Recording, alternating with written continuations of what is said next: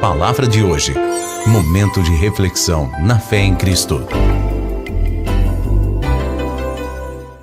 Glória a Deus, o Palavra de hoje sempre buscando aqui, não é, meditar na Palavra. Eu tenho, assim, o maior prazer, a alegria de compartilhar com você aquilo que Deus tem falado comigo quando eu leio. Na verdade, nós estamos lendo a Bíblia toda, de Gênesis a Apocalipse. Começamos no dia 1º de janeiro e iremos até o dia 31 de dezembro. Então, que você possa, não é, caminhar junto com a gente. Não é em todo dia eu falo aqui o plano de leitura, mas você consegue lá na nossa página, na internet, no @IB Fé em Cristo, Instagram e Facebook, e também no nosso site, igrejabatistaféemcristo.com. Acesse, fique de olho na programação, não é? E você possa ler a Bíblia todinha em nome de Jesus. Está escrito: Filho meu, se aceitares as minhas palavras e esconderes contigo os meus mandamentos.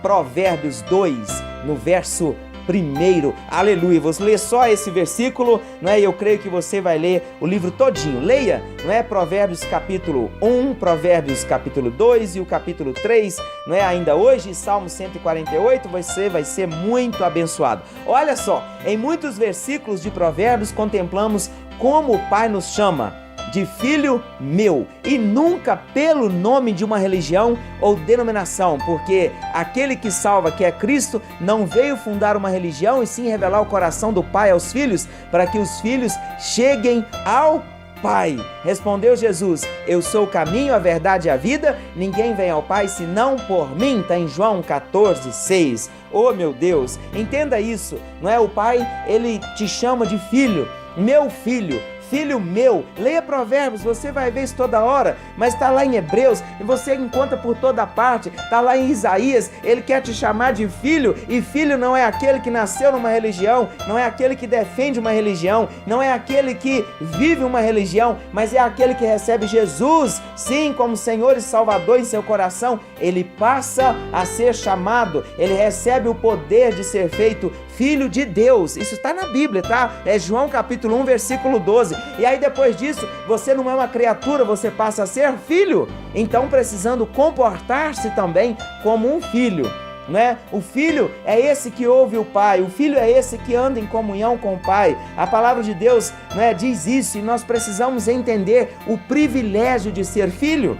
Às vezes pensamos que a nossa vida pode ser uma na igreja e uma em casa e outra na rua, mas o Pai é um só e Ele está com o Filho em todos os lugares. Por isso nós não prestamos contas para instituições ou para homens, nós prestamos contas em primeiro lugar para o Pai, que tudo sabe, tudo vê. Então Ele está aí, Ele te conhece, Ele me conhece, não é? E Ele, como filho, Ele tem o melhor para você. Ele disse: se aceitares as minhas palavras, se você esconder contigo os meus mandamentos, oh meu Deus, eu vou liberar promessas sobre a sua vida. Faça isso, não é? Aceite a palavra de Deus na sua vida, a praticando. Esconde aí dentro do seu coração aquilo que é a ordenança dele e pratique em amor, e você verá o que vai acontecer. Está muito claro que o alvo de Deus é que tenhamos um relacionamento de fidelidade, intimidade com Ele, e não que sejamos religiosos. Os religiosos saem e entram das igrejas sem transformação e acreditam que longe de seus líderes pode fazer o que quiserem. Até deixam de fotografar, mas fazem o que não fazem enquanto estão, entre aspas, no culto, porque ninguém da igreja está por perto. Ter atitudes assim demonstra que ainda não relaciona com o Filho Jesus e que não tem Deus como Pai, mas está ainda no nível da religião. Está numa religião, faz parte sim de um povo, de uma denominação, de uma placa, de uma instituição, pertence a um grupo frequentador de igreja, mas não é isso que Deus tem para você. A gente se reúne na igreja para congregar, para celebrar, para ver o que Deus está falando de forma coletiva, para adorá-lo, para cultuá-lo.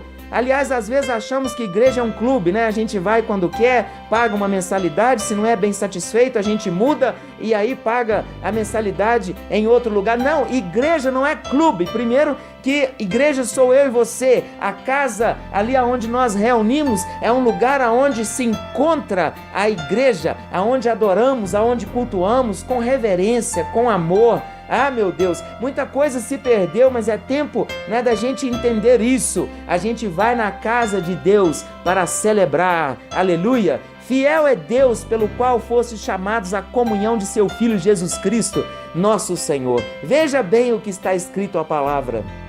Fiel é Deus. Ele nos chamou para viver em comunhão, a viver no plano original. Lembra de Adão e Eva? Plano original, comunhão, mas através de Jesus, ou seja, ninguém chega a Deus, ao Pai, não é? Se não for por Jesus. Ele nos ligou, Ele trouxe isso, Ele não trouxe religião. Ele te chamou para viver uma vida de comunhão, aonde você fala e Ele ouve, e quando Ele fala você ouve e obedece. Só tem um jeito de sermos felizes, bem-aventurados, ter comunhão com o Pai. Mesmo que a alma te fale outra coisa, mesmo que o corpo te chame para viver outra coisa, o seu espírito sabe que não tem outro caminho. A comunhão com o Pai, com o Filho e com o Espírito Santo, ser guiado, não é por eles o tempo todo, é o único caminho, não tem outro. Então, não mate o que o seu espírito sabe com a vontade do seu corpo. Ao contrário, mate a vontade do corpo, não é? E deixe a vontade do Espírito crescer, porque Ele está aí dentro. O vazio, sim, em tantas coisas que a gente vive, é porque a gente não está dando abertura para o Espírito ser alimentado. Mas o nosso Deus é esse, que Ele ativa lâmpadas em nosso espírito para que a gente possa ser guiado por Ele. Olha o que está escrito: o Senhor te guiará continuamente. Sabe o que é isso? Você nunca está perdido. É promessa de Deus para a sua vida.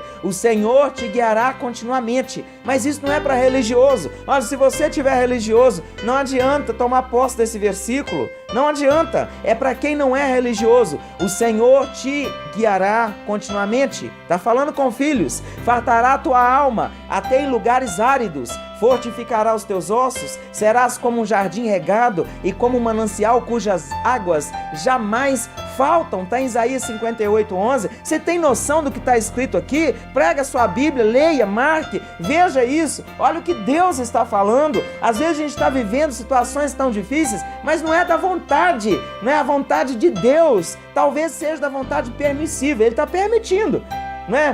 Mas não é o que Ele quer, não está no plano, não está no propósito. Não é? Glória a Jesus pela palavra dele. Este é o plano original para você. Vamos viver isso em nome de Jesus. Dá um salto, não é? Deixa Ele gritar, Ele, o Espírito Santo, gritar aí dentro de você. Deixa Ele fazer a obra aí dentro de você. Não retenha mais o agir de Deus. Não coloque desculpa nas situações e nas pessoas. Olha, a coisa está aí com você, Ele está dentro de você. E não depende de mais ninguém, depende só de você falar: eu decido viver a vontade de Deus, e aquilo que não for da vontade de Deus eu vou deixar.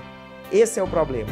Ninguém quer deixar. Então não tem como eu viver a vontade plena de Deus se eu não deixar algumas coisas e pagar o preço por isso. Mas Ele está com você, é só você se ater às promessas.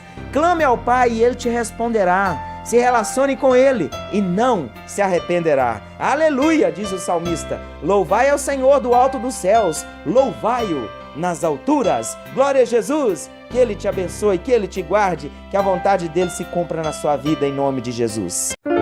Palavra de hoje. Momento de reflexão na fé em Cristo.